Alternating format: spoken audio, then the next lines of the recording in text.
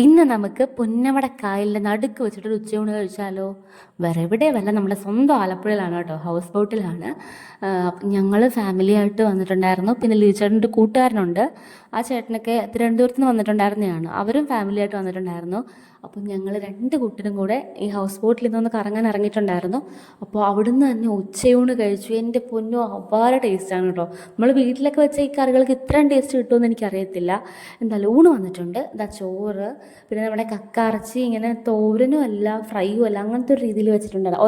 ഒലത്തിയതായിരിക്കും കേട്ടോ, അതുണ്ടായിരുന്നു. പിന്നെ നമ്മുടെ കരിമീൻ ഫ്രൈ ഉണ്ടായിരുന്നു, തോരൻ, മെഴുക്ക് പുരട്ടി, മോര്, സാമ്പാർ, ചിക്കൻ കറി, സാലഡ് എല്ലാം ഉണ്ടായിരുന്നു. എല്ലാം കൂടെ കൂട്ടി നല്ല അടിപൊളിയായിട്ട് ചോറ് കഴിച്ചിട്ടുണ്ട് കേട്ടോ.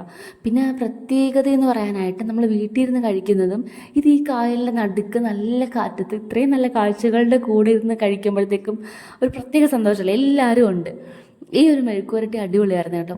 പയറും പിന്നെ നമ്മുടെ കിഴങ്ങും കൂടി വെച്ചിട്ടുള്ളതായിരുന്നു, അതൊരു പ്രത്യേക ടേസ്റ്റായിരുന്നു. പിന്നെ ഈ ഇത് കക്കയിറച്ചി ഒലത്തിയതും നല്ല ടേസ്റ്റായിരുന്നു കേട്ടോ, അടിപൊളിയായിരുന്നു.